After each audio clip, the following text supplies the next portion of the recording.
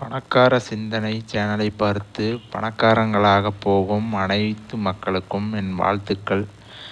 அனைவருக்கும் வணக்கம். இன்றைக்கி தான் நம்மளோட முதல் பாட்காஸ்ட் வீடியோ. இதில் என்ன பேசலான்ட்டு நான் ரொம்ப நேரமாக யோசிச்சுட்டே உட்காந்துட்டு இருந்தேன். எனக்கு டக்குன்னு மாணவர்களை பற்றி பேசலான்னு தோணுச்சு. மாணவர்களை பற்றி பேசுகிறதுக்கு எவ்வளவோ விஷயம் இருக்குது. ஆனால் நான் ஒரே ஒரு விஷயத்தை பற்றி மட்டும் பேசணும்னு ரொம்ப நாளாக நினச்சிட்ருக்கேன். என்னென்னா, அவங்களுக்கு மன வலிமை ரொம்ப ரொம்ப கம்மியாகிட்டே போகுதோன்னு எனக்கு ஒரு சந்தேகமாக இருக்குது. ஏன்னா இப்போ இருக்கிற பசங்க அவங்க நினச்சதையோ இல்லை அவங்க நினச்சதை படிக்கிறதுக்கோ இல்லை அவங்களோட கோலை அச்சீவ் பண்ண முடியாமல் போகும்போது பெரிய பெரிய முடிவுகள் எடுக்கிறாங்க. சின்ன சின்ன விஷயங்களுக்கு பெரிய பெரிய முடிவுகள் எடுக்கிறாங்க.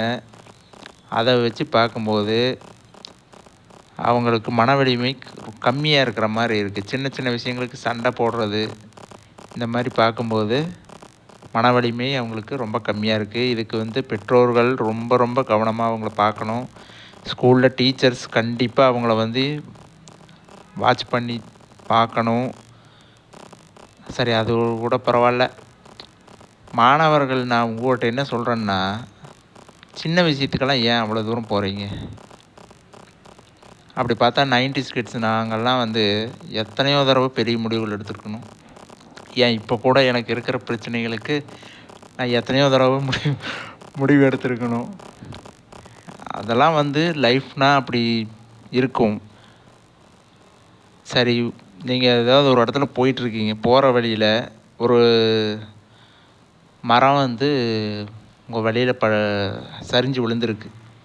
நீங்கள் அந்த மரத்தை எடுத்து போட்டுட்டு போவீங்களா, இல்லை திரும்பி வேறு ரூட்டில் போவீங்களா, இல்லை மரம் வழியில் விழுந்துருச்சு அதனால் நான் அதுக்காக பெரிய முடிவுகள் எடுக்கிற மாதிரி ஏதாவது முடிவு எடுப்பீங்களா?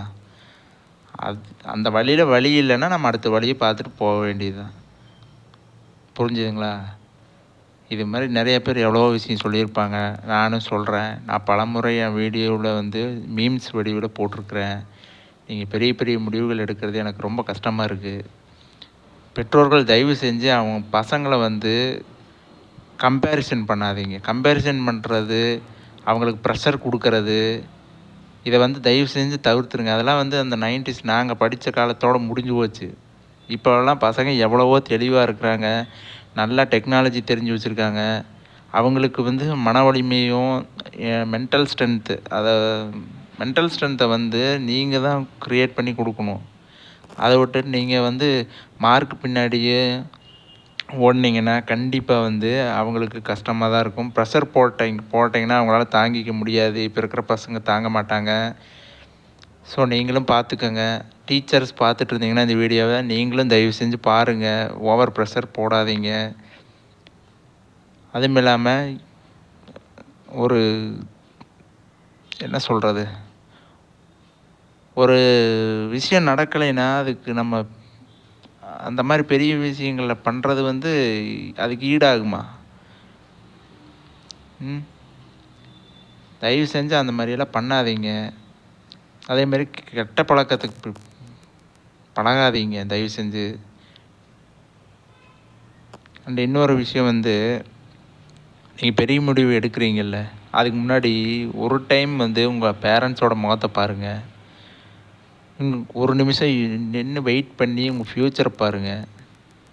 இதெல்லாம் பார்க்காம நீங்கள் அசால்ட்டாக ஒரு செகண்டில் நீங்கள் ஒரு முடிவு எடுத்துடுறீங்க. பின்னாடி கஷ்டப்படுறது உங்கள் ஃபேமிலியில் தான் கஷ்டப்படுறாங்க. அதை தயவு செஞ்சு புரிஞ்சுக்கோங்க. நான் எல்லாருமே சொல்ல மாட்டேன். சில பேர் அந்த முடிவுகளெல்லாம் எடுக்கிறீங்கல்ல, சின்ன சின்ன விஷயங்களுக்கு பெரிய முடிவுகள் எடுக்கிறீங்கள, ஒரு சிலருக்காக வேண்டி தான் நான் இதை பேசிகிட்டு இருக்கேன். எல்லா மாணவர்களுக்காக வேண்டி நான் இதை சொல்லலை. எல்லா மாணவர்களை பற்றி பேசணுன்னா எவ்வளோ நல்ல நல்ல விஷயம், நிறைய விஷயம் இருக்குது. ஸோ தயவு செஞ்சு அந்த மாதிரி பண்ணாதீங்க. இந்த கோர்ஸ் கிடைக்கலையா, இல்லை இந்த காலேஜ் கிடைக்கலையா, இந்த டிபார்ட்மெண்ட் படிக்க முடியலையா, விட்டுருங்க. அதுக்கு ரிலேட்டடாக எவ்வளவோ டிபார்ட்மெண்ட்ஸ் இருக்குது, அதை படிக்கலாம். வேலை கிடைக்கலையா, இந்த வேலையை விட்டேன் வேறு இதை விட பெட்டரான வேலை கிடைக்கும். அப்படி பார்த்துட்டு அடுத்த பிளான் என்னமோ பிளான் 2-3 பிளான் வச்சுக்கோங்க. அந்த மாதிரி மூவ் ஆகி போயிருங்க. அதிலே இருந்து நீங்கள் கஷ்டப்பட்டு உங்கள் ஃபேமிலியை கஷ்டப்படுத்தி. சரி, இன்னொரு விஷயம் சொல்கிறேன். இது எல்லோரும் சொன்னதான், நான் புதுசாகலாம் சொல்லலை. இது ஆல்ரெடி எல்லாத்துக்குமே தெரிஞ்ச விஷயந்தான். அப்துல் கலாம் இருந்தார். அப்துல் கலாம் வந்து ஆக்சுவலாக வந்து அவரை ஏவுகணை கண்டுபிடிக்கிறதுக்காக வேண்டியெல்லாம் அவர் வந்து கஷ்டப்பட்டு படிக்கலை. அவர் வந்து ஜெட்டில் வந்து பைலட் ஆகிறதுக்கு வேண்டியதாக கஷ்டப்பட்டு படித்தார். ஆனால் அவர் வந்து அதுக்கு கிடைக்காம போனதுனால வெக்ஸ் ஆகி, ஆனால் அவருக்கு இந்த மாதிரியெல்லாம் முடிவெல்லாம் எடுக்காமல் திருப்பி மறுபடியும் வேறு விஷயம் படித்து, அவர் அப்படி போயிருந்தால் நம்மளுக்கு இப்போ வந்து அணு ஆயுதம் கிடச்சிருக்காது. பக்கத்து நாட்டில் வந்து சண்டை போடும்போது நம்மளுக்கு ஒரு பலமாக இருக்குல்ல இப்போது. அவர் இல்லாமல் இப்போ உங்களை மாதிரி அவர் ஒரு முடிவு எடுத்திருந்தாருன்னா இப்போ நம்மளோட நிலைமையில என்னவாக இருந்திருக்கும்? கொஞ்சம் யோசிச்சு பாருங்கள். ஓகே, போதுன்னு நினைக்கிறேன். நான் இதுக்கு மேலே இதை பற்றி பேச வேண்டாம்.